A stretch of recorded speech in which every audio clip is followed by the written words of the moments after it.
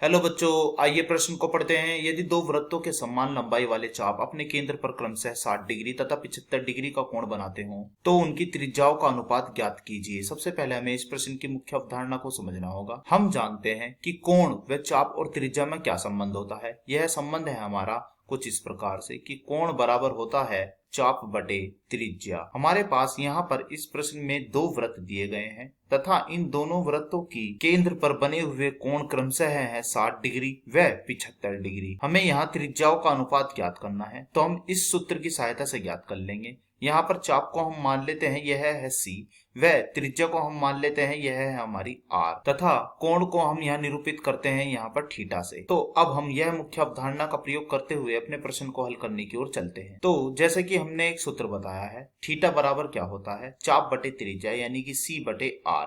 यहाँ पर हमें दिया गया है कि दोनों वृत्तों की चाप की लंबाई एक जैसी है, अर्थात हम कहते हैं कि यहाँ पर C1 पहले वृत्त की और C2 दूसरे वृत्त की एक समान है। तो यह क्या आएगा?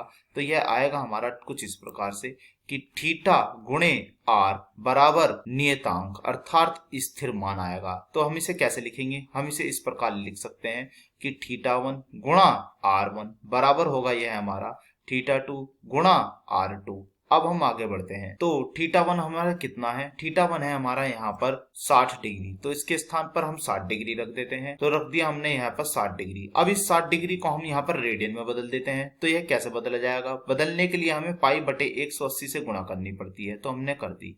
फिर गुणा। अब है R1 और R2 में यहाँ अनुपात ज्ञात करना है, तो इसे हमें ऐसे लिखना होगा। θ2 कितना दिया हुआ है? θ2 है हमारा यहाँ 75 डिग्री, तो लिख देते हैं 75। अब इसे भी हम किस में बदलेंगे? रेडियन में। तो लिख देते हैं पाई बटे 180 और गुणा R2 कितना है? R2 हमें यहाँ पर निकालना। पाई बटे 180 पाई बटे 180 से कट गया है। यह है हमारा 15 चौका 60। तो यह कितना आएगा? यह आएगा हमारा 15 पंजे 75। तो हमारा कितना? यह आया 4R1 बराबर किसके? यह है 5R2।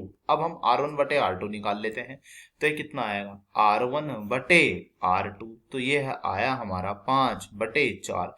तो हम कह सकते हैं कि हमारा R1 और R2 में क्या अनुपात है? यह अनुपात है 5:4, जो यही हमें यहाँ पर ज्ञात करना था। आशा करता हूँ यह प्रश्न आपको समझ में आया होगा। धन्यवाद।